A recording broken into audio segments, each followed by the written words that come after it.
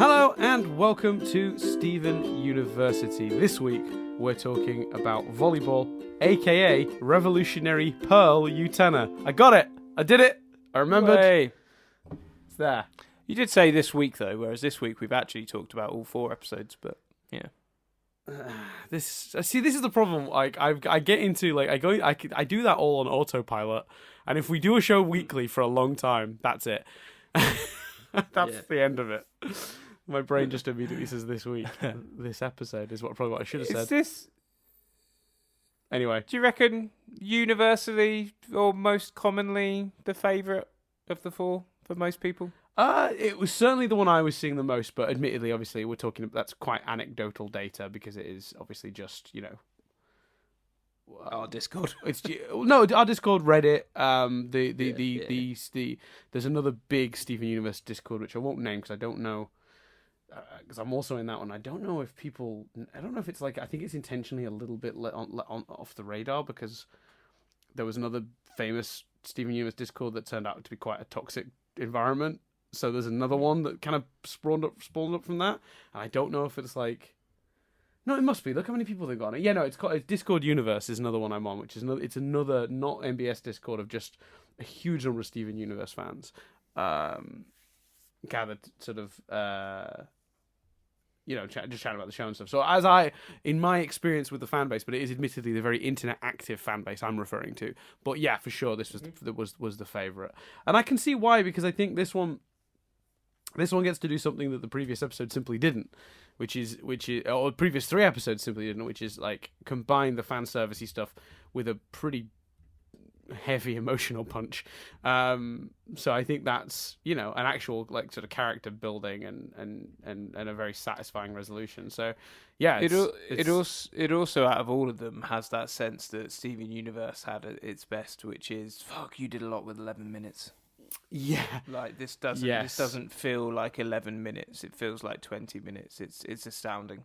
Yeah, 100%. Do you want to recap that bad boy? Yeah, sure. So volleyball starts with Steven. It turns out he has been acting as Gem Doctor in the new World Order. He's been helping out.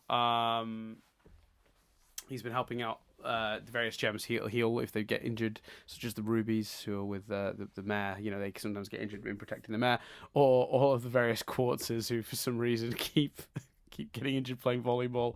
He gets visited by Pink Pearl, who wants to heal her scar.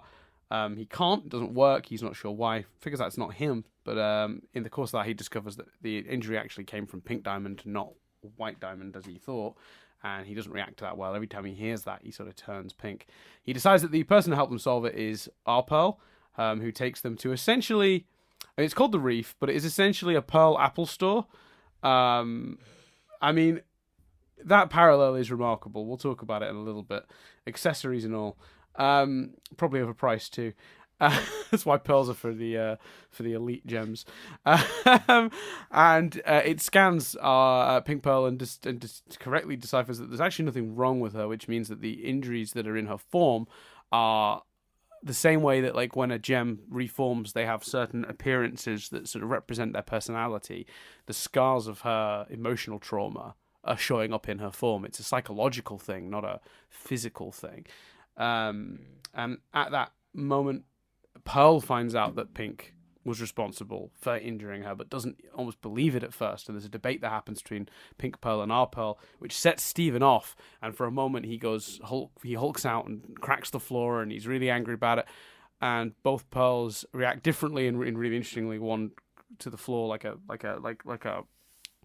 former victim of abuse, hits the ground and curled up and upset, and the other, our Pearl, stands strong. But the system in the building realizes that the Pearls are responsible for upsetting Steven, their owner, and decides it's going to reset them, very much like Spinel's Rejuvenator from the movie.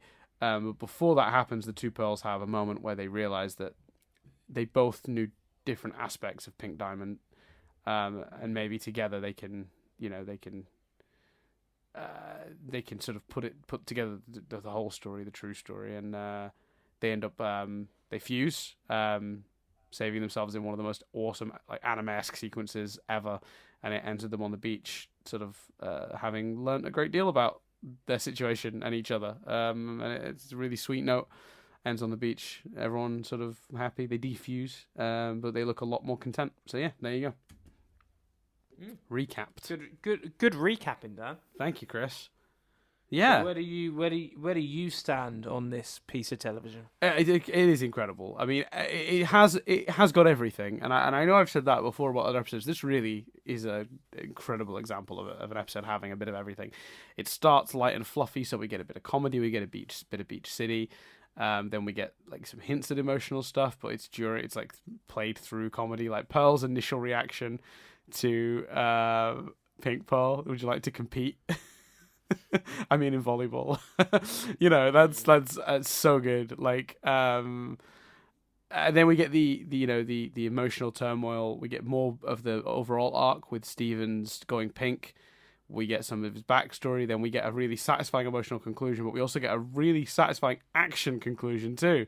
Like that action beat at the end, those last couple of minutes. How awesome is that? When all those shells are blowing up. It looks amazing. Like, it's such a great episode. Like, everything about this episode is firing on all cylinders, and I absolutely love it. And the new fusion, which is named in the credits as Mega Pearl, is just awesome. Yeah. So I think this is a wonderful episode. I mean, we'll break it down in more detail in a minute, but like, I have nothing but good things to say about this piece of television, to be honest. Yeah, I completely agree. I thought it was stunning. I thought it explored Pink Pearl and what happened there beautifully. And in a really clever way. I thought using a fusion to be a part of the resolution, so we get that awesome fusion, as you say, some great, arguably the best action shots and the most action-packed shots we've had of these 4 episodes. But to know it's not only amazing visually, brilliant fan service, and it's resolving the character stuff as well. It's the best writing of these 4 episodes, I think, and just a beautiful episode. I really, really enjoyed it. Yeah, I'd 100% agree. And we were both really excited about this one anyway. I think when we did the preview episode where we talked about the titles, I think I said of the first 4, I was looking forward to Rosebuds most, and you were looking forward to this one most. But I did agree. I agreed this was like another one that I was particularly excited about. Yeah, you were 100% right. This ended up big. Of the 2, certainly the more satisfying piece of television. I think it's the best all-round episode, as you eloquently explained earlier. Yeah, I think that's what works so well about it, is that it is just, and it doesn't feel jarring. Like, it doesn't feel like, oh, here's the action scene, oh, here's the random emotional beat, oh, here's the funny bit. Like, it feels all coherent in like one piece of content that just like seamlessly jumps between those in a way that makes really like very, very logical sense. Like the thrust of the story makes perfect sense. The character decisions all make sense. The conclusion all makes sense. Yeah, I genuinely think this is I mean, I don't know where it stands in the world of Steven Universe episodes, but it's definitely the best of the 4 Steven Universe Future episodes we've had so far. Yeah, I'd agree with that. It would have to be up there, though, wouldn't it, with the Steven Universe episodes? Yeah, I think so, because it was just so wonderfully woven together, the whole story, and they really gave time to each area. Yeah, and like, so let's go just, chat through it. I found the Doctor stuff really amusing, but was there a little voice in you going, okay, so he's a teacher, He's the one that introduces the gems and shows that he's tour guide. He's Doctor. Although then again, maybe that's quite clever, because whilst you go, how has he got time for all of these things? You do also go, wow, he really doesn't know his place in this world at the moment. Yeah, so I take that back. Actually, I now mean that more as a compliment than a question. Yeah, no, what you just experienced was my exact thought process when I sat down to think about it. Like, genuine, when I rewatched this today, I was pausing it occasionally to make notes. And I don't even read off the notes when I do the podcast, unless we're really stuck for shit to say.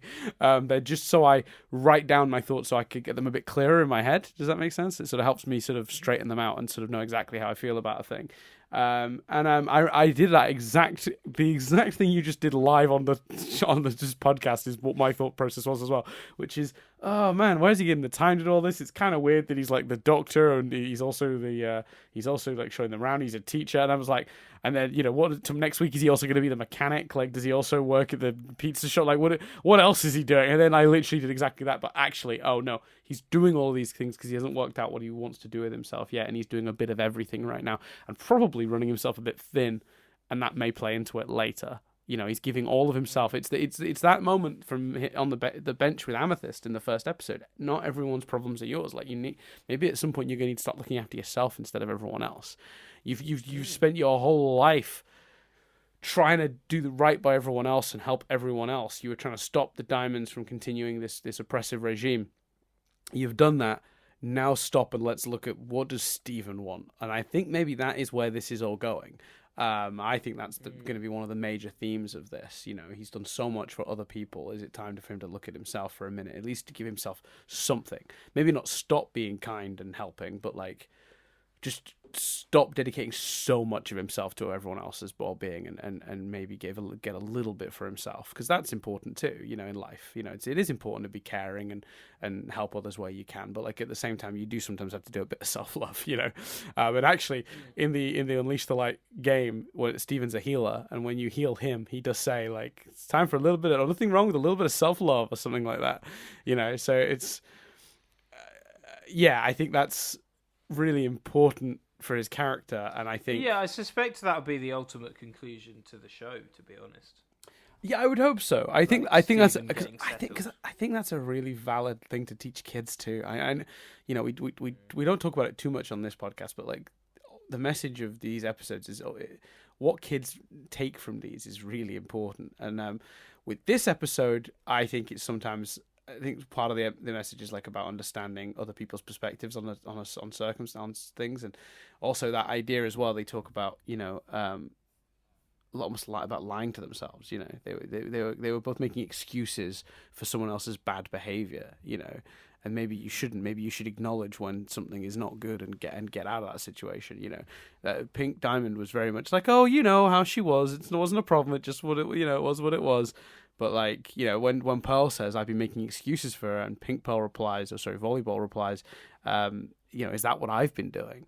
That moment of realization, that's another really good message for kids to take away, which is that you shouldn't make excuses for things. You should like actually open up and talk about these things instead of dismissing stuff out of hand like that. So I think this is all really good stuff. And for Steven's character, we managed to do we're doing a little bit of pushing of him forward, but we're also doing all the other stuff with the pearls and stuff. So it's a good one, Chris.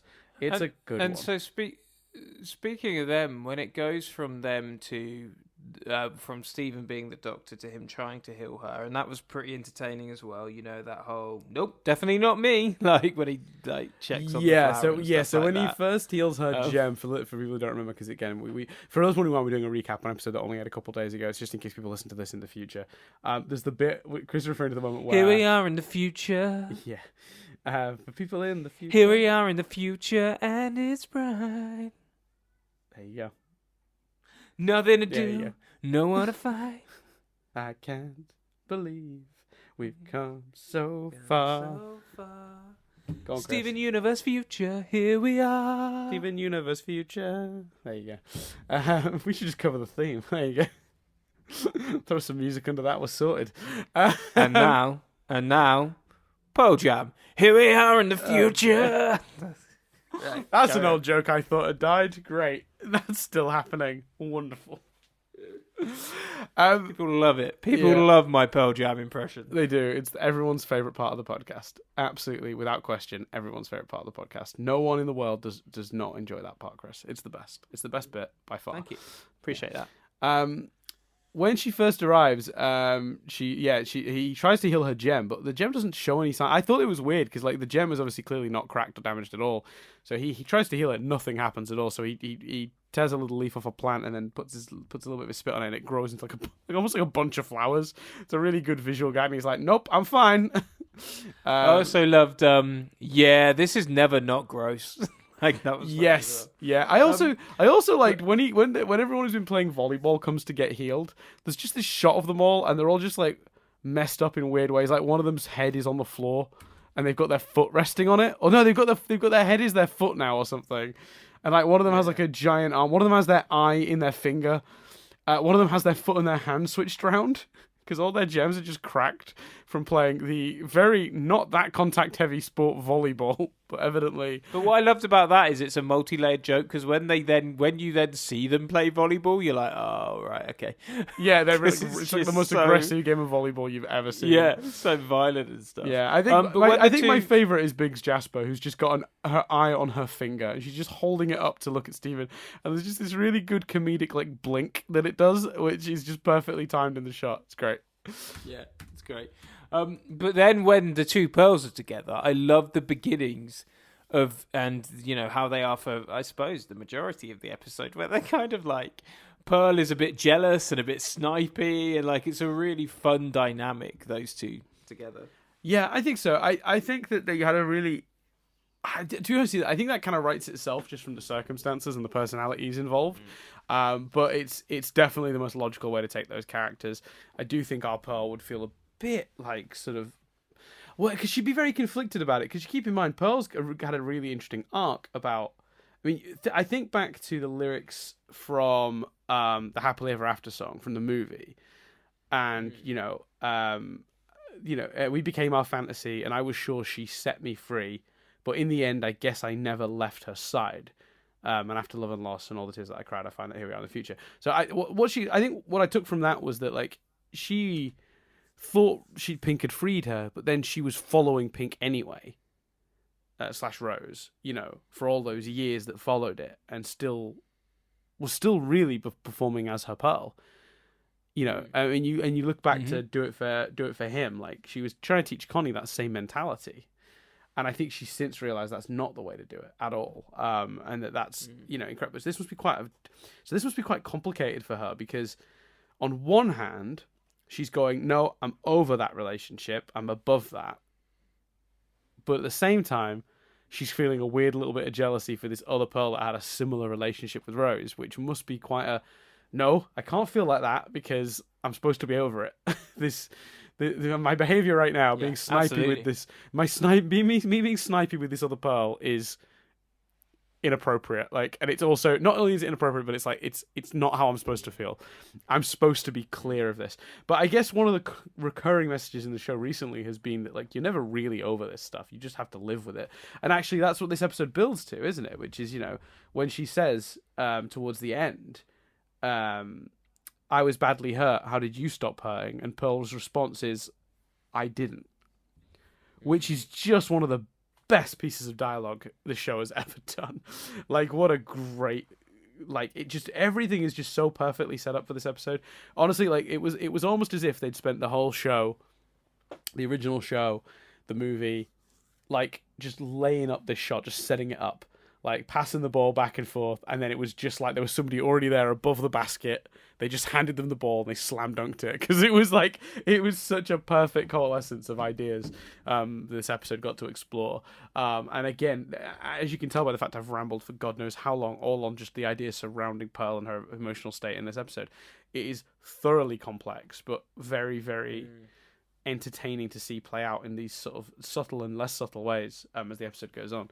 But yeah, I agree. Their entire dynamic is brilliant, and it's interesting because Pink Pearl is obviously much closer to a reset Pearl.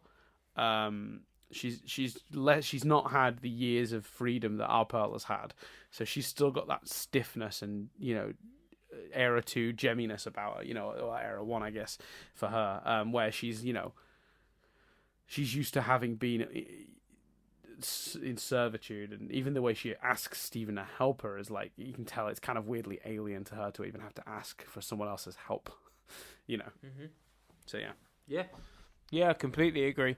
And I think that they just, like I say, it just feels like they really have the time. And I guess you're right. I guess that's because so much has led up to it, and there's so much just embedded that we know. Like, one thing that crossed my mind, did they actually confirm in show that she was Pink? She also belonged to Pink. Who? Pink's Pearl. Yeah. Right. Okay. I just couldn't remember that. Like, and I remember the theory that Pearl used to belong to Pink more than the moment they revealed that. That's all. Yeah, the moment they revealed it was a weird one, because it might have been the start of escapism. it was a dream. It was a dream sequence, and Stephen was partially dreaming and partially remembering. Right, yes. And it was the shot of Pink Pearl and him juggling, and she was giggling. And that's when we learned that she had originally belonged to Pink. And then it was reaffirmed at a later point. I think someone said something in dialogue about taking her pearl off her or something like that, like White or someone. Right, fine. Yeah. So yeah. Yeah, I think their relationship. So then they obviously get to the reef. How? So, I mean, it's great visually, isn't it? Yes, fine. Apple Store, you're right. But it's a really interesting location. And I think that's the other thing. Like, it's not any of the episode's faults. They haven't had a reason to be anywhere new. But that's what was so cool about this one as well. Like, just seeing somewhere new, seeing somewhere we'd not explored before. I thought that was a great location to go to. Oh, the external shot was also an interesting choice to make it the shape of a clam, because that is how pearls are formed, aren't they? Natural pearls. So I actually looked this up. Form when an irritant, so like a parasite or something like a grain of sand, gets its way into an oyster or a mussel or a clam. And as a defense mechanism, a fluid is used to coat the irritant, and then layer upon layer of coating happens, and then it is obviously, it's like crushed down, and like the pressure is on it, and then eventually there's a pearl formed in the middle, and that's where they come from. So the idea that building, the reef, is the shape of a clam. What? So in the middle of like genuine pearls is like a bug or like a fly or like a bit of sand or whatever? Yeah, I guess originally, sure, but I imagine it's so compressed down that it wouldn't resemble that if you cracked it open. Wow. Because I imagine it's been decomposed to a certain point and like crushed in. So I think by the end, no, but that's how it starts. So the idea, that the reef is shaped like a clam, like genius, like such a fun, simple idea. And then of course, yeah, there's the Apple Store of it all, which is just, I mean, it's an Apple Store right down to the overpriced accessories. I mean, again, great moment of jealousy between the two of them. Really amusing. Yeah, I think so. I mean, like, it's kind of mostly, that one exists mostly to set up her weapon at the end, I think. Yeah, that's fair. But it is still a fun moment, and I think our Pearl's reaction is great as well, about like, it's like a monument to objectification or something like that she calls it. The idea that, because of course pearls were treated like objects. They were MacBooks, and only diamonds could afford them. That is honestly the way this episode frames it. It does, doesn't it? And I feel like that point had never really been hammered home quite as much as it was here. Yeah. Like they're a very rare and expensive and difficult to make gem, like for whatever reason, and that's why only the elites have their own pearls. And there's probably only one or two places that can actually even make them. So yeah, on board with all. I think all that stuff's great. Which, when the pearl that Pink Diamond had, are they going to address that then? Because surely, when the pearl that Pink Diamond had was then fighting with Rose Quartz, who they never saw without Pink Diamond also being there, did no one get suspicious? That's a good point. Did they pretend Pearl had defected? Yeah, because at no point has she been called a traitor. At no point has she been put upon in that way. So did they not realise? Or was it just was it that weird leadership arrogance of, it's just a Pearl, she's just some servant, like this one's just defective. Yeah, but if only the elite can have them.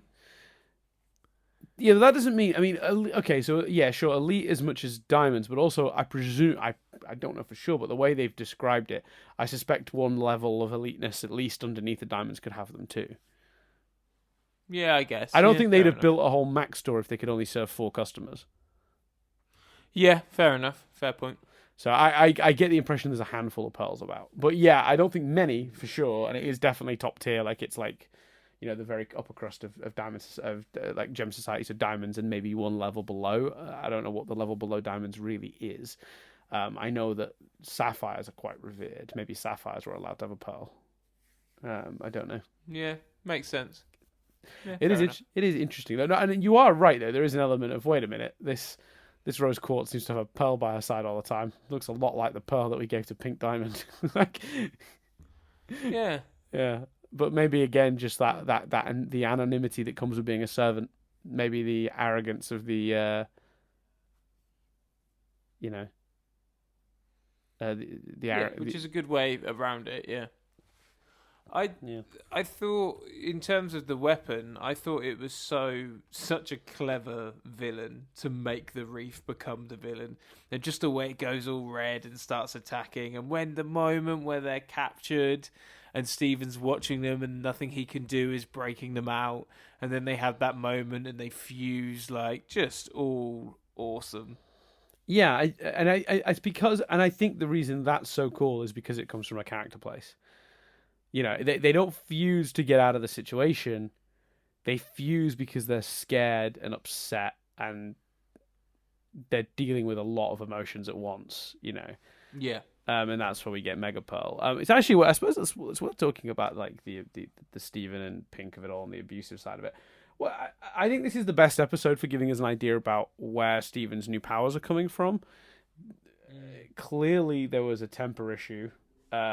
With Pink, we already had that. We already kind of knew that because the very first time we got a glimpse of Pink was when she punched that glass. And I actually thought a little bit in this episode we were going to re-see that moment, but see that because obviously we saw that in a dream. We never actually saw that play out, right? We saw it in Steven's head.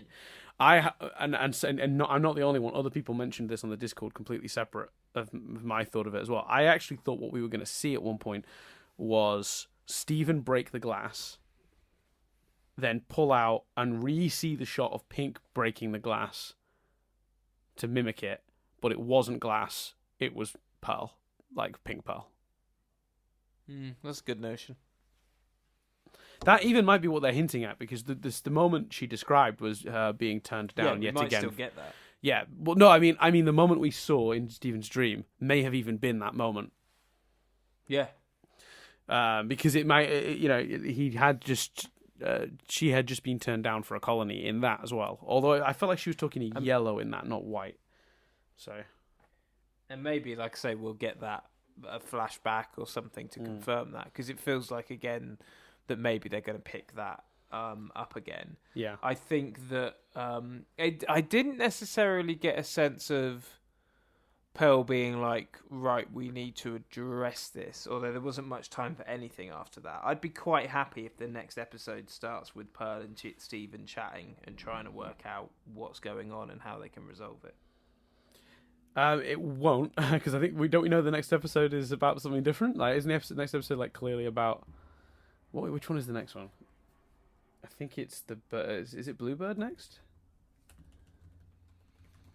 Yeah, but again, episode titles, you can't hold much stead in this world. No, I'm not saying it will start like that, but I'd love it if it did. No, but I'm pretty sure Bluebird is the episode with the Aquamarine fusion. Ah, right. Okay. So I based on the description we got at the time, I think that's going to probably be like I say, I'm not predicting. I just think it'd be cool if that happened. Yeah, I would like it to as well, because I do think there's more to explore here. I particularly like, and I hinted at it when I did the recap at the beginning. I liked Pink Pearl's reaction. I didn't like it, obviously. I was clarify. I like it from a story perspective. It was not nice to see the way she curled up when Steven lost his temper. Like a victim of abuse flinching at someone moving towards it. Like it was horrible to see. It was traumatizing to see, but she's obviously been traumatized.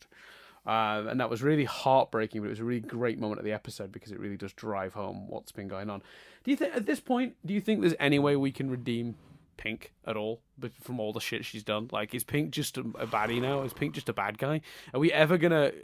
I mean, I feel conflicted about Pink, and I guess that's intentional because obviously I know Pink changed her ways at a certain point and made the right decision and started fighting the diamonds. But before that happened, she did a lot of fucking bad shit. You know, Spinel, this. I mean, it just... Yeah. I'd struggle to see a world in which we completely forgive her. Mm. I think it'd be quite something if they achieve it. And yeah, I'd struggle to see them achieving it. I don't know whether it's they emphasise the good that she did. You do some sort of flashback where, you know, the characters that knew her in that better period chat to her about something, and she says, re-emphasises why she's doing it. A point where she, you know, admits the mistakes, and you know, yeah. Maybe. But Yeah. no, I struggle to see how she gets any kind of redemption. Maybe the point of the show will end up... But then this show, Yeah. whilst I struggle to see it, I don't doubt that they could. Yeah, that's the thing is, I don't know if... I suppose maybe the point ultimately won't even be about redeeming. Maybe at the end it will be about accepting. This is a person we knew that did bad things. She ultimately made the right choice, but not before making the wrong choice. Maybe the message won't be she's redeemable. Maybe the message will be we need to be able to forgive people and move on when they make mistakes. Yeah, which would be hell of a message for a modern day audience, wouldn't it? Yeah. Yeah. You know, because... Yeah, because maybe that is where it's going. Maybe that is the point in the end. It's like, yeah, she did a lot of really bad things, but let's keep in mind that as the timeline goes, the last things she did were defecting, which you could argue, oh, she started a war, but she started a war to put a stop to what the diamonds were doing. Because they were killing people. You know, people were dying under their rule, and she saw it and realized it on Earth, and changed. And that maybe we shouldn't beat people up when they make mistakes, as long as they're willing to change and grow and be better. Which again, can you imagine if they go down that route in this world where, you know, where that is a very relevant story? Agreed. But it's, in a weird way, it's like what Stephen realized that was his superpower. In the movie, the whole big epic song was I can make a change. Like, he realized his power was being able to grow and change and evolve. And in a weird way, a lot of the characters that we know and love have done that. You know, Pearl started as subservient and changed and grew. You know, that Sapphire and Ruby came together. They changed. They, you know, I imagine even if you'd have spoken to them before they came together and said, would you ever fuse with a Sapphire and or Ruby, you know, to either of them, they'd probably say, well, no, I would never do that. That'd be inappropriate. You know, they only realized it was a thing they wanted to do once they experienced it, you know, and they found it and they found each other. So a lot of the characters in the show have experienced change. So maybe they didn't do bad things necessarily. Although, yeah, who knows, right? Like what that Ruby did before meeting that Sapphire, and so maybe some of the maybe. But I feel maybe like, our as you Pearl did say some there, bad shit. they've already had Stephen learn that lesson. So, in terms of how it can then link into redeeming Rose. Well, maybe not so much know. about Seems... but like applying what he's learned about himself, and instead of feeling conflicted about Rose, choosing to focus on the fact she grew. Yeah, so for that to work, I guess we'd need to see more footage of her or flashbacks or stories about that time where she had grown. Yeah, but that's when she was different. But if we keep doing episodes like this, and we combine them with him, like, and so like, this is what we. If I was telling that story, the way I would do it is we do a handful of stories like this, where he's just having reinforced constantly all the bad shit she did, and he's hulking out, he's going pink, he's feeling really bad about it. And then, through coincidence or whatever, another gem comes into his life that's connected to Rose/Pink, but doesn't have those bad stories at all, has a very different view of her because they knew her later on. And that's how Stephen learns the lesson that he, you know, it's easy to judge people on like one moment or one choice or a couple of bad choices they made early in their life when they were different. But like, what's important is that ultimately that person chose to be better. And while he's not condoning any of her previous actions, he's going to choose to remember the good and the bad and like learn to live with it that way instead, maybe. It's interesting though, isn't it? Because as much as I want that and would love to see that, It feels like the story they're giving us is Stephen learning to accept his mum and accept that he's not his mum. Yeah, and I don't think as that's opposed to a Rose redemption. redemption. I mean, I'm not. I don't even think really a redemption. I am talking about acceptance, but acceptance by going, okay, there was good and bad. Like, let's not just focus that this person was a monster. Like, this person tried to get better in the end. This person saw the error of their ways, and while that doesn't excuse the behavior prior to that, that is certainly a heap better than someone who never got a chance to do that. You know. I mean, and especially when you look at this show, like, and all the different gems we've had that have been villains that have turned out to have learned better. You know, like, the diamonds have all come round. You know, they have also learnt the error of their way. So if we can think of them positively now, despite the fact they were warmongering murderers that have committed multiple genocides, we're all going, oh, Pink's a monster. She left Spinel, a thing that lives forever in a place for 6,000 years, which one of the diamonds then immediately acknowledges, 6,000 years, that's nothing. That's like a minute to us. We live forever. You know, like, for that to be the thing we're all going, Pink was an arsehole. Yellow, blue, and white have committed mass genocide across thousands of planets. Like, yeah, but it's the characterization, isn't it? Across hundreds of planets, you're not naming those planets. That's the difference. Whereas we've seen Spinel, we see what it did to her. Exactly. But I think when you look at it, as soon as Pink was given the opportunity to follow in the Diamond's footsteps, she realized it was wrong. You broke out a second. Say that again. Oh, so as soon as Pink was given the chance to follow in the Diamond's footsteps, she chose not to. You know, at the minute she was actually presented with a colony, like, she liked the colony idea in principle. You know, in practice. You know, she was like, yeah, I can be like the people I look up to, my siblings, my elders. You know, however you want to define that relationship. You know, to then get it and realize, oh God, this is horribly wrong. I don't want this at all. You know, I definitely don't want to destroy this planet. It's full of life and stuff. Dan, stop being such a Pink defender, all right? Look, she did all that, but all she had to do was pick up a guitar and sing a little song. So, like, she just had to talk and listen. But instead, she had to do a heap load of learning and growing first, Chris, and that's where we ended up with Stephen. I think it's a fascinating point, and I would love to see it explored more. And does that not feel like this show's vibe? Rather than going, okay, that was bad, let's accept it. I feel like this show is more likely to go down the, yes, it was bad, but let's also look at the good, and let's be more thoughtful about a thing than dismissive of a thing. Maybe, but it depends on both are valid points. You can't control what other people in your life did.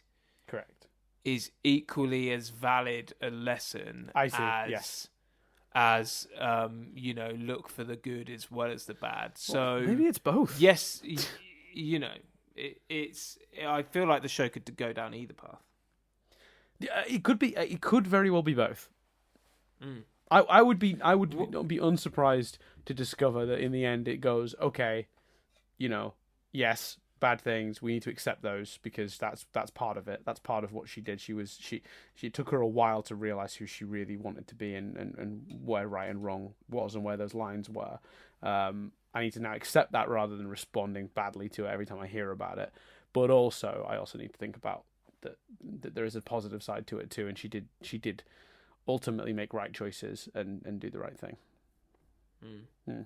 Where do you stand on just to take us back to the episode, where do you stand on the design of Megapearl? Because I think she looks awesome. The reason obviously for the opening gag, the opening AKA, which is God, why do I keep forgetting my AKA? What did I call it? Revolutionary Pearl Utena. Because the show that design seems to be evoking is Revolutionary Girl Utena. And also a little bit, I think, with the ribbon, bit Sailor Moon. A little bit of Sailor Moon in there. It's a heavily anime-influenced design and sequence, to be honest with you. Everything from the poses she pulls to the way she flies. I mean, I like the way her sort of little cape thing flaps. The really heavily stylized way that she jumps through that she slices those like Doc Ock arms that come after her. She like slices through them and it's like there's no background anymore. It's just floaty colors and you see like the slash marks. And then it's like she stood posing with the with the ribbon waving behind her. And then the way that they do her silhouetted against the lines of the lasers that are aiming at her, like, it's extremely anime. And then particularly that final shot when when the doors open and she's just lying down posing like, hey, guess what I just did? I know it was awesome. You know it was awesome. We're not even going to talk about it. That's how awesome it was. It was so cool. I can't speak for the anime side of things, but it just looked. But I mean, to me, she looked like a superhero, but like this really regal superhero. Yes. I loved the design. I loved the way the character was voiced. Yes. And it just, like all the best fusions on this show, truly felt like the combination of both of them. Yeah, which is interesting. Which was great. Nadia and I talked about this a little bit because there was because this is obviously the last episode, so this finished and we were talking immediately. So the other ones, they all went into each other. We didn't have a lot of time to dissect the others because it was like an ad break and then it would start. What I thought was interesting, and it makes sense when you actually break it down, but me and Eddie were both surprised it didn't just look like a big pearl, because when the rubies, we got demonstrated very early on in this show that like those group of rubies fused and they just make a big ruby. Like it looks exactly like a ruby, but bigger, right? So we were sort of like, the initial reaction, I remember Nadia saying something like this, why doesn't it just look like pearl? And my response to that is, I think pearls are more unique than that. Every pearl we've seen has had a slightly different design. Therefore, when you fuse them together, the design has to shift, right? Whereas rubies almost look identical to each other. So, of course, their fusion looks identical. But a different design, but a different dress sense, a different wear. Like when... Haven't they... I'm right in saying, aren't I? They've evolved the fusions a little bit when the characters have changed their design. Correct. Or evolved in some way. So our Pearl is so evolved from where, Pink Pearl is. And the rubies, they were not only did they look similar, but they're dressed exactly the same as well. Yes. So you add them together, and they're gonna be that but bigger. But I think because of the characterization they've been given, and because of the difference in their appearance, that's why this Mega Pearl doesn't look like just a giant pearl, because you couldn't do that because they already look so similar, so dissimilar, and fundamentally she is at her core a giant pearl. Yeah, she's just dressed differently, and like the skin tone is a combination of the pink and our Pearl's skin tone. That's the conclusion we ultimately came to. Yeah, so we talked it through, and that is basically where we landed in the end. Was that okay? It is technically a giant pearl. It's the costuming and that's really just, because when you actually break that pearl down, if you take the cape off her, take the shoulder pads, like she's the shape and size of what would be just two pearls put together. But she's they've given her a slightly different haircut and a crown, which, by the way, the crown just glorious. Just give her a crown. Why wouldn't you give her a crown? Yeah. Give her a crown. Yeah, it's awesome. Who had that idea? Incredible. That was what you just described is ultimately where we landed when we were sitting down and sort of discussing it, because we were sort of like trying to break it down, because it was just the very gut immediate reaction was, that was incredible.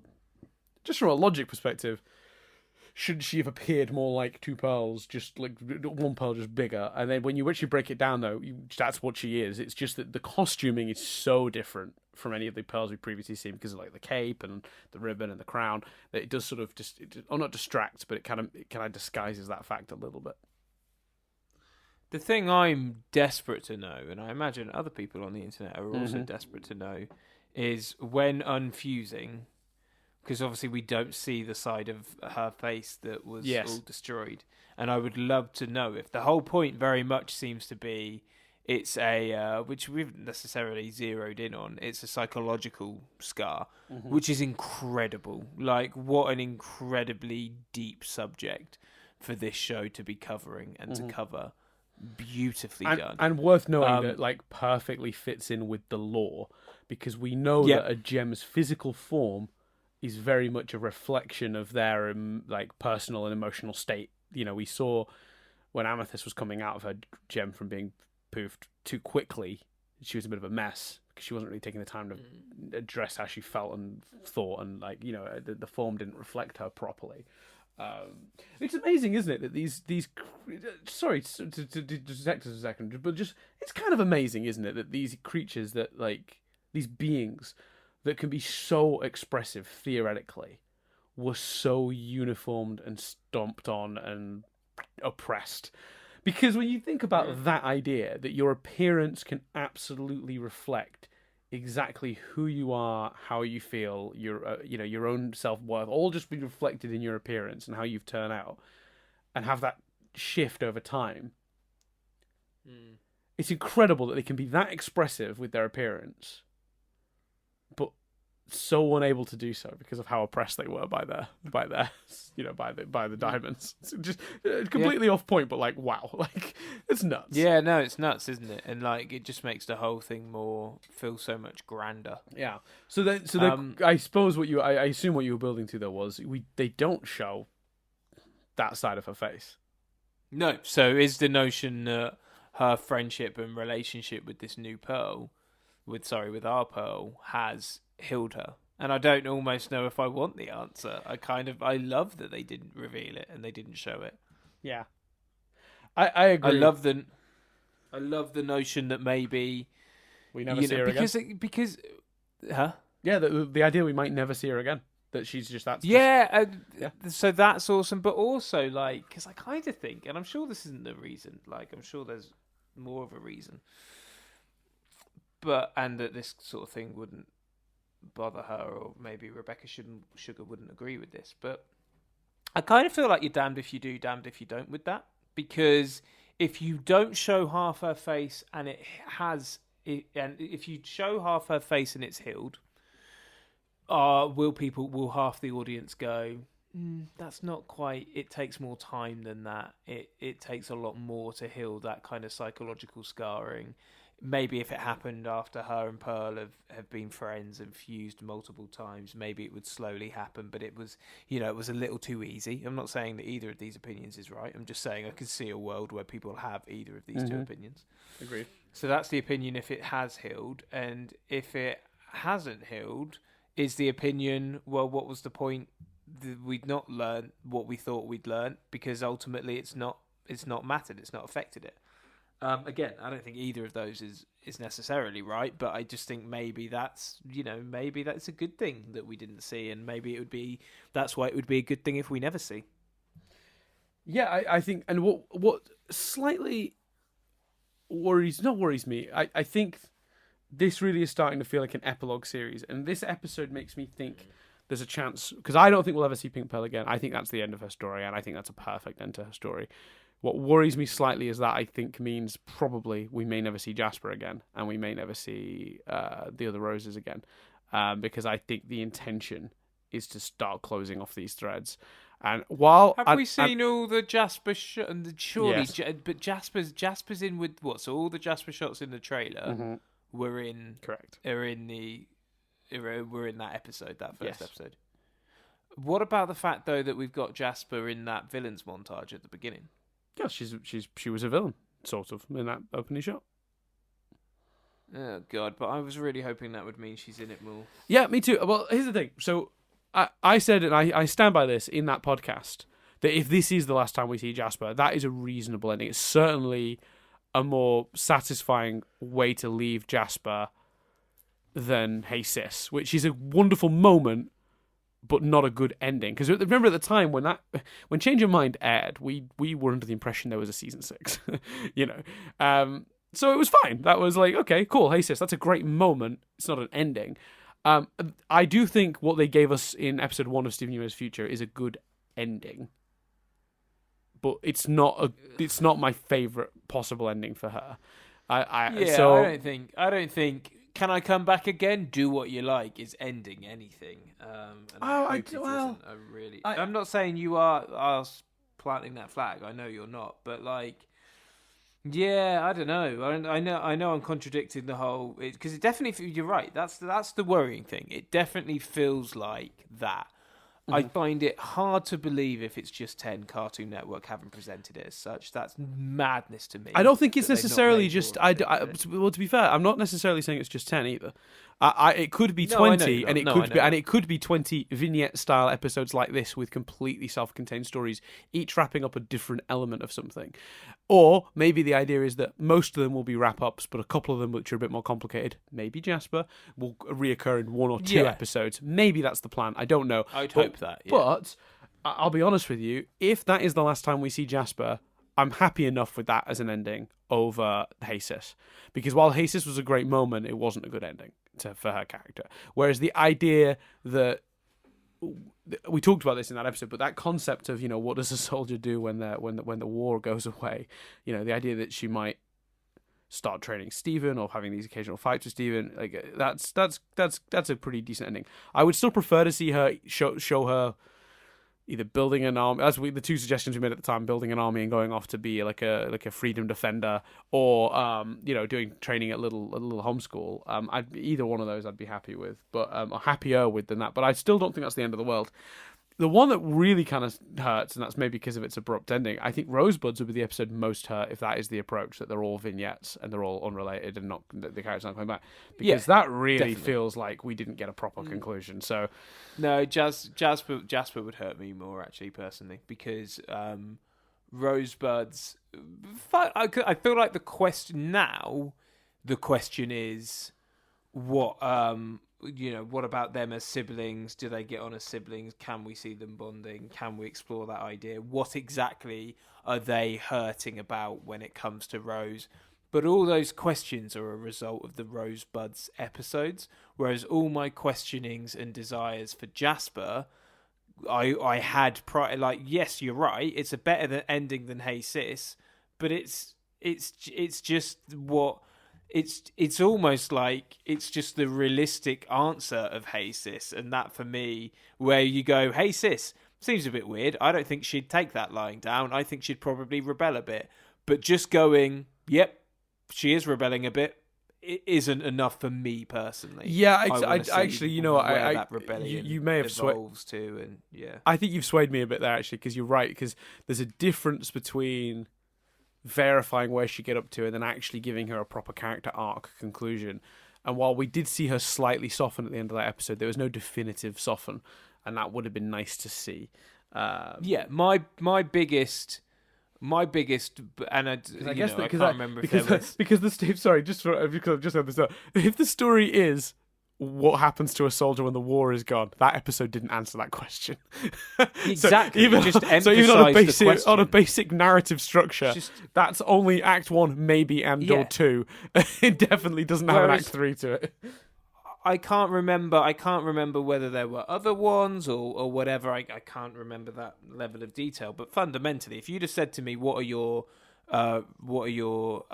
bubbled rose quartz questions, I'd be like, where are they and what happens when they're unbubbled? I've got that answer. All my Jasper questions I've still got. Yeah, and from a character perspective, the other question that the episode raises is answered, admittedly rushed, but is answered within that episode. Which is, exactly. How does everyone feel about it? They're conflicted. Yeah, our big problem was not that it didn't have a conclusion. It was that the conclusion was rushed, whereas I'd argue the Jasper story literally is hanging on a... Yes. You've actually turned me around on that. I revert my original point. You've convinced me otherwise. I think you're right. So maybe it's a mix of both. Maybe the Rosebuds and this Pearl storyline they're done. Maybe that is like everyone's satisfied with that. Close that story off. But one or two of these elements may come back in future episodes of Future, such as Jasper, to give us a bit more closure on that. I'd be up for that. I think her inclusion in the opening title suggests to me that the Jasper of it all isn't done. I don't know about that, because the Lapises are in that, and they're only going to get one episode. I can predict that right now. The two evil Lapises. The Cactus Monster's definitely only going to be in one episode. They're not. The Cactus Monster's not having an arc. It's just not. Come on. But Steven's hulking out. Stephen's got pent up energy. Yeah. The first thing you do, if you can't work out how to, they can't work out in Avengers. They can't work out, apart from Black Widow singing a little lullaby. Fundamentally, in Avengers, they can't work out how to stop the Hulk. So what do? They build the Hulkbuster to fight the Hulk. If they need someone to fight hulking out Stephen, where are they going to go? Jasper. Yeah, I'm not disagreeing with that. We've both come to the conclusion that it's possible, maybe even likely, that Jasper would return. But your extra point of, well, she's in the intro, she must come back, I don't buy, because there are a lot of things in that intro, villain shot, that I think are probably going to be one-offs. Yeah, and we don't know that for sure until we see them. But yeah, no, I take that point. Would you not agree? It seems pretty likely that the cactus monster is only going to be a one-off. I think the cactus monsters. If you were guessing, big bad hiding in plain sight. Do you think? Because I wouldn't even be surprised if the aquamarine eyeball fusion was only one episode and didn't return. Yeah, no, it's a completely fair point. I wasn't picturing all the villains when I said it, and yeah, you're right. There's some there that don't seem likely to be arc and all I'm saying is that shot's a mix, so we can't take anything from that. I don't think. So where I stand right now is I think I agree with you that I want more, but I'm not sure that's where they're going, because they seem very definitively to have. I really don't feel like I need any more Pink Pearl now. I think that's a really sweet, nice ending. Pink Pearl's done. I completely agree with you about Pink Pearl. It's a genius ending, really, because it just allows let the listener, the viewer, fill in their own gap, and just crack on. Like, next story. Like, that's a wonderful ending. And it's a beautiful conclusion. Yeah, it really is. That shot of her and Pearl on the beach, and she puts her head on Pearl. Well, actually, one thing we should discuss actually here. I don't buy this, but a lot of people seem to feel it's a romantic relationship between the two Pearls at the end. That they've kind of found each other through the chaos of Pink and Rose.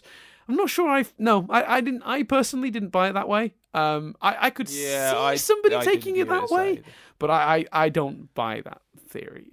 They're holding hands, and then one leans their head on the other. That feels kind of almost sisterly to me rather than romantic. But I viewed it as more sisterly, to be honest.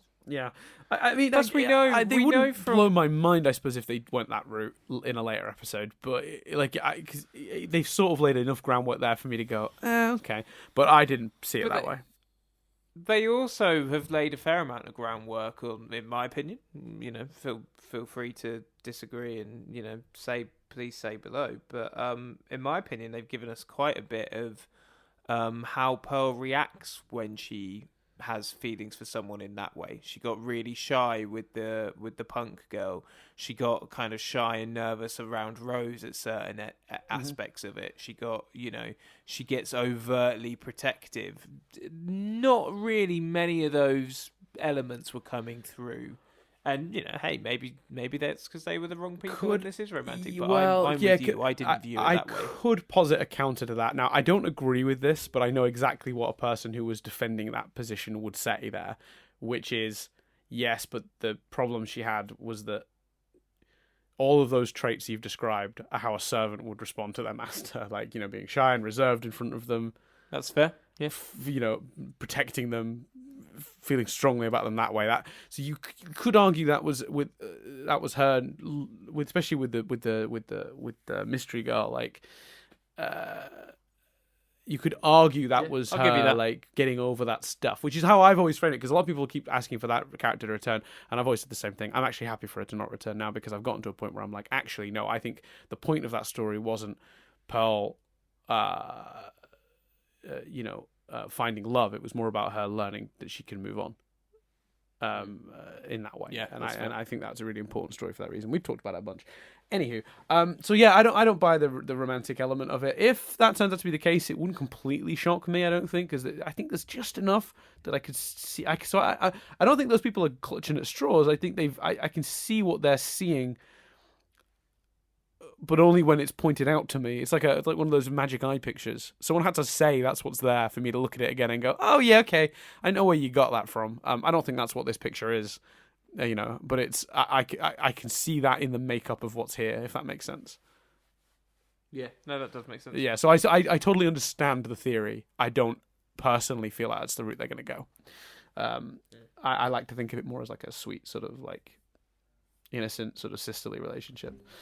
There was one other element I wanted to talk about, and I've forgotten, and I have my notes somewhere, but they're long. They're very long.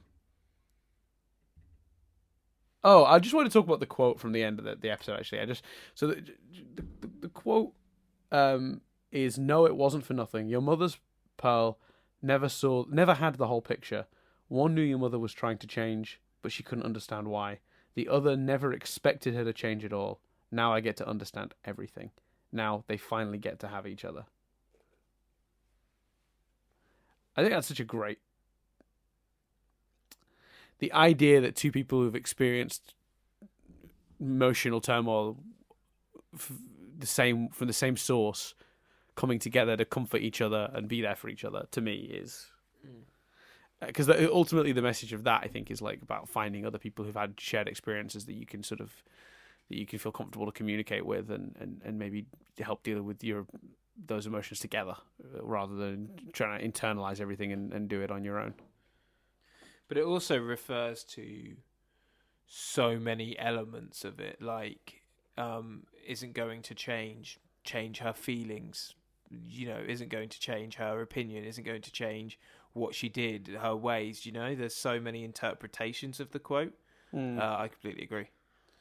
Yeah, absolutely. It's a great moment in the episode. I think it's a really nice cap on it. And again, the fact they spend so much time sort of... The dialogue in this episode is stunning, by the way, like just in general. It's by a long way. In fact, I'd argue as a complete... we've had some... Reunited is an incredible episode.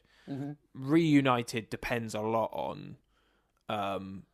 the past, the fan service, all of those things. It's not just that.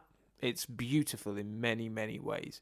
But a big part of it is that I think this is the best complete episode as a singular piece of art. Although, that is slightly contradictory, because we did say earlier a lot of this depends on, you knowing stuff about the pearls, but still.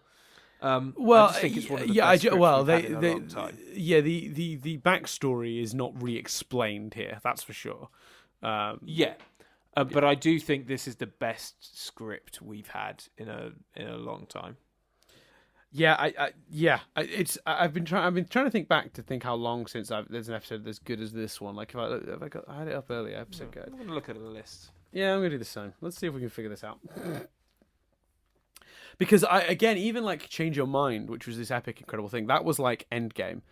It was like, it was, yeah, exactly. They were going to knock that out of the park no matter what they did, just because there was so much awesomeness to like. But in terms of just like a single, I'm not getting hyped because of fan stuff, but I'm getting hyped because it's just so brilliantly well written and stands completely on its own 2 feet and all that stuff. I mean, you've got to go back to, God. A lot of season 5 is big arc stuff, isn't it? Yeah, but I think Can't Go Back has a really nice Lapis episode. Mm-hmm. Pool hopping? Actually, no, pool hopping. That's a brilliant Garnet story.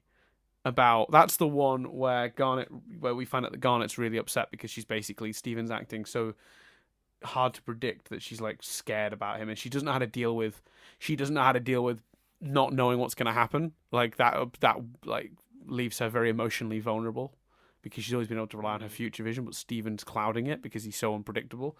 I think I remember being really freaked out by the cats in that though. Oh, Cat Stevens? Why? Cat Stevens, sorry. Yeah, I think I think I vaguely remember that freaking me out. Oh. Yeah, no, I love that episode. That episode stands on its own for sure. The Big Show, the Sadie episode, just about her and her mum. Oh no, was it about her mum? Yeah, it was about her mum. So season 5, episode 15, 14, that area of season 5 was probably the last time we had episodes like this, because then they were off to the races. We plowed through the reveal about Pink, then we plowed through the wedding arc, and then obviously the Homeworld arc that led to Change Your Mind. It was very, very focused on bigger issues rather than smaller, simpler character stories. And while character stuff was happening during those episodes, I think the last sort of like singular sort of storyline. I mean, obviously, the catalyst for this one is that Pink was abusive, and that's a part of a larger story. But I don't think you need to know that to understand what's happening here. Do you know what I mean? Like, you could, No, I reckon you could watch this and you get from the context immediately. Okay, Pink was abusive in some way. Yeah, I think there's enough here for you to figure that out without having to have it shoved in your face. Whereas I think with some of the other episodes, you need a bit more time to have it explained to you. I mean, just explaining re-establishing the human zoo last week took a long time. Although that was admittedly a dual use, wasn't it? Because they were re-establishing the human zoo, and they were taking the time to give us an update on where they're at now. So it was kind of like it was dual purpose. So it was helping the new viewers and the old viewers get something out of it. It was wonderfully written. Yeah, this week's certainly one of the best episodes we've had in a long time, and I think a lot to think about. And again, just the fact that they managed to balance all of that emotional stuff we've just spent like half an hour talking about with like an episode that starts really funny, Stephen in his stupid little doctor outfit, and all the gags about volleyball and stuff, through to the fight, the action sequence, and it's all 11 minutes long. Like, it's nuts. It's really nuts. It's brilliant. It's brilliant. And is there any triv? Let's have a look. Various scenes featuring Pink Pearl using her ribbon parallel the transformation sequences from popular Japanese animated series. Sailor Moon. Mega Pearl may also be a reference to Revolutionary Girl Utena. We talked about that one, so there you go. There we go. Good shout, Daniel. That's it, I think. Well done, Daniel Frederick Doolin. I've never seen Revolutionary Girl Utena, but it is one that is on my list because apparently it's really good. It was I think it's like I think it was like you'd seen it because you knew that reference. It was like a late 90s one. No, early thousands actually. So it was. I don't think I came across it till I was at uni, quite a few years later. But I think it it's boom in Japan in like the late 90s, early thousands, and I think it was like when I was in uni, there were like dubs happening of it in Western areas. So I remember hearing about it around the same time that I heard about things like Sword Art Online and stuff. Actually, no, Sword Art Online's probably a little bit later. Either way, I remember hearing about it, but like I know the imagery. I know what the main character looks like, so I can picture that design. Right, okay. So I'm drawing that parallel, but I have literally no idea what that's even about. But it's one of those magic girl shows, which Sailor Moon obviously was the impetus for a whole subgenre of anime. The same way that Dragon Ball Z or Dragon Ball originally, the whole that whole sect of anime that followed that approach after it, your Naruto's, your the Shonen Jump stuff, basically like Naruto, One Piece, all those sort of like action animes, and then Sailor Moon started the whole the Magic Girl franchise, which is like a girl with magic powers, and she's like a normal girl living her life, and she's got like normal human problems, like the boy doesn't like me at school or whatever. And then like at night she like spins around in a really fancy way and then gets an awesome costume and kicks ass. Like, there's a lot of those shows. Sailor Moon was the first one, but there've been a lot that have that followed them. Tune in next week for another edition of Dan Talks Anime for 5 minutes and loses Chris. Yeah, were you just gone during all that? You were just like, I don't care. I just a lot of words I didn't understand. Dan. Okay. A lot of words. Yeah, did I lose you at Show and Jump? Was that where? All I'm explaining is you lost me when you were talking about yourself at uni. I was like, ugh, I knew him at uni. What a dick. Yeah. I was. The reason I went through the whole explanation was to explain, because I did get that reference, but I'll be honest with you, I also didn't at the same time. Does that make sense? I didn't want anyone to think I was presenting myself as being a big Utena fan. No, I came across it. I know of it. I know the imagery, some of the iconic imagery. That's about it. I don't even really know what it's about. So yeah, I don't want anyone thinking I'm like misrepresenting or anything. So yeah, but it is on my list. I'll check it out. But I've still got Neo Genesis Evangelion to like sift through, and like what's the other one? The one that people keep telling me to watch because it's also about space rocks. Forgot the name of it, but there's another anime about space rocks. And everyone says that because I like Steven Universe. I should know. Land of the Lustrous. That's what it's called. Turns out you didn't need to wait until next week for another edition of Dan rambles about anime for 5 minutes and loses Chris, because it was a double bill. Who knew? And now I'm waiting for the comments from Bianca that just say "anime podcast from Dan when?" ? Because that is Comment it, Bianca. Times. Comment it. Yeah, please. No, don't do that. But yeah, thanks everyone for listening. Whoa! Is that all the trip? Oh yeah. There was nothing. There's nothing. Oh, okay. There's literally nothing. I can go back and double check, but that was it. I got nothing. You could do an anime podcast where you just chat to yourself. Why not?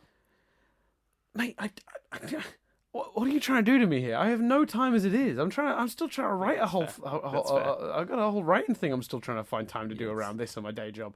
No, thank you. That's fair. I said when I got last asked that, my honest reaction and my honest answer was that will happen the day that that. The only way that will happen is if someone basically goes and assassinates Chris, because then I'll have no podcast to do. So I'll have to find something. So I mean, you could. One, it's upsetting that someone would assassinate me as opposed to me choosing to better myself and move on. Two, I'm joking. That's good. Two. Well, I think you could carry on with Steven Universe. Steven University. Nothing but static. Hi, I'm Dan. Just me on my own. Well, you could maybe Nadia could join you for Steven University, and then MBS. Yeah, MBS is trickier. No, I honestly no. I would definitely would definitely stop. I would maybe do one last episode of just me explaining why it was ending.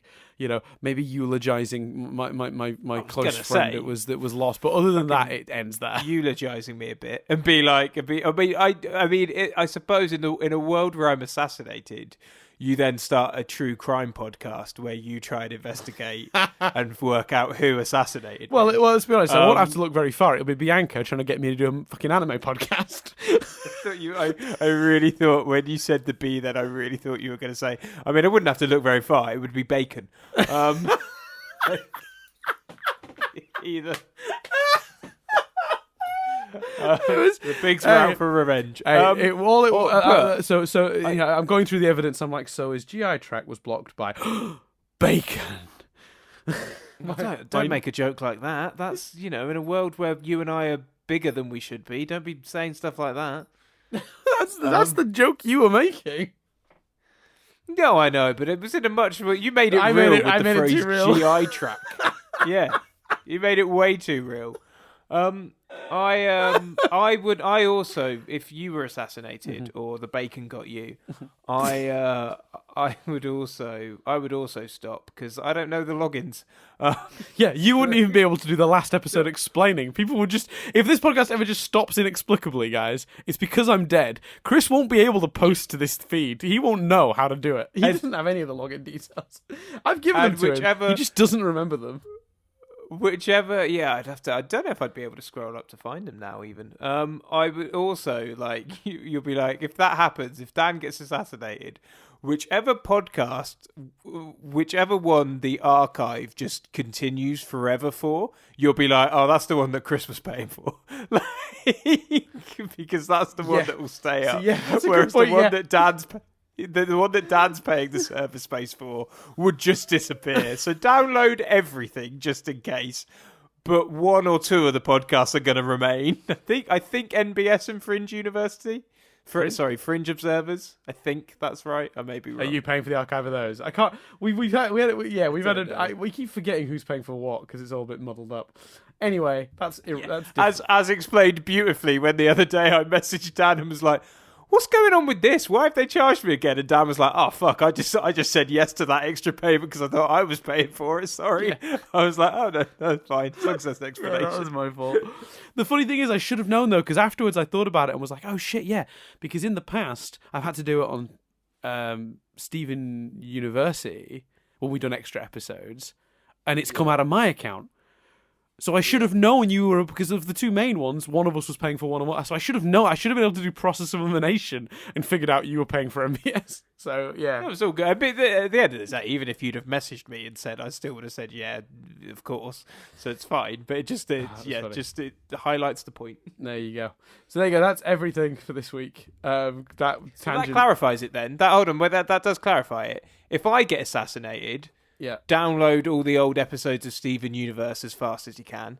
If Dan gets Nothing But Static and Fringe Observers. If Dan gets assassinated, download all of Steven Universe as fast as you can. Well, no, it doesn't matter if you go, because I can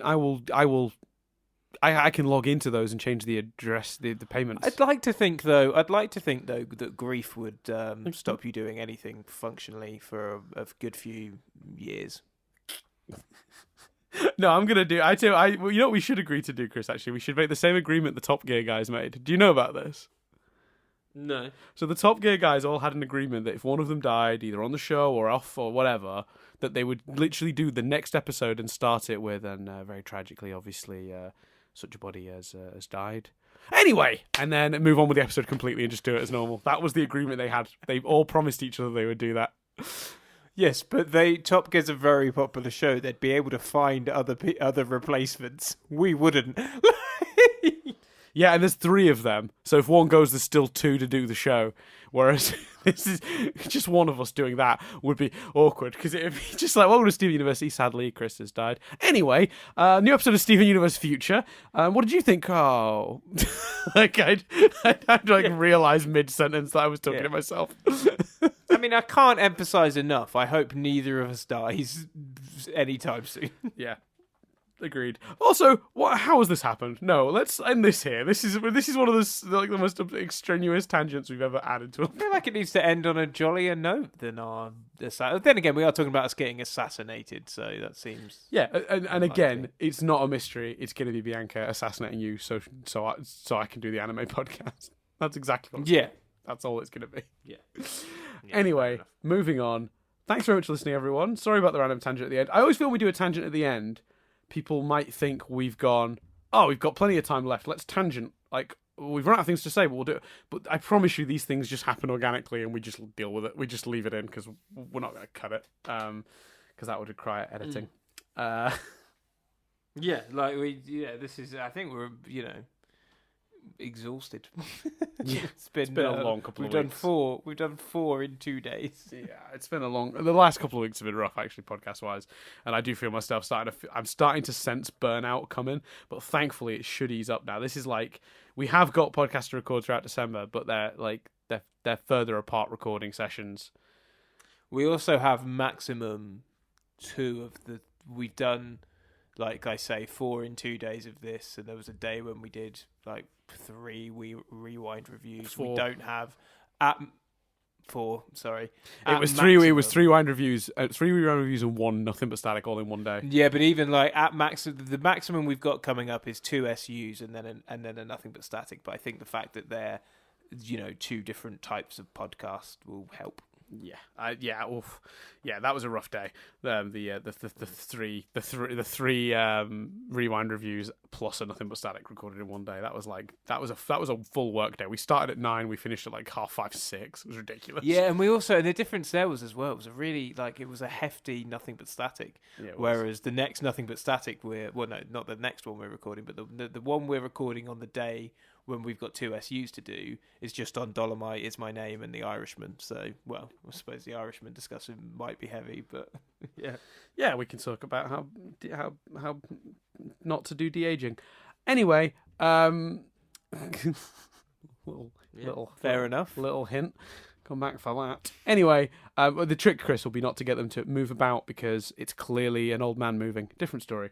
Young people don't move in that stiff way. Don't worry about it. It's just not realistic. It breaks the illusion immediately. Get a stuntman to do it or something. I don't care. Put Robert. face on a... If all being well, the 29th of December is when that episode of Nothing Yeah, But if you want to Static hear is me released, rant so feel about free that, to check that out. Yeah, if you want to hear me rant about that in more detail, come back then. But otherwise, thanks very much for listening. Go get us on all the usual places, you know, the internets, you know, iTunes, Google Play, Spotify. Like, subscribe, comment, all of that good stuff. YouTube.com/NothingButStaticUK if you want to subscribe.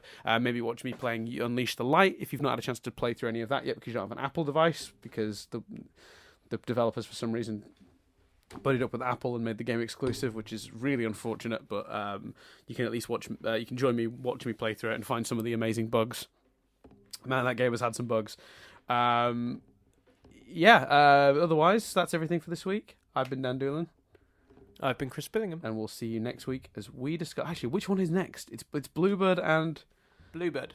And a very special episode. Is it? Which one is literally next though? Bluebird. Bluebird is the very next one. Okay, so come back next week as I discuss. We had off air. We had a massive conversation about how I was like, it's Bluebird, and it was like, is it Bluebird? I was like, yes. Oh yeah, that was the other day. I do remember that. I told you I don't remember the order of these episodes. I remember us going through the list. And I've seen all the titles and I've seen all the descriptions, but I don't know, man. That's why I did the schedule. Yeah, because you don't actually knew which episodes were airing when. So come back next week as we discuss Definitely Bluebird.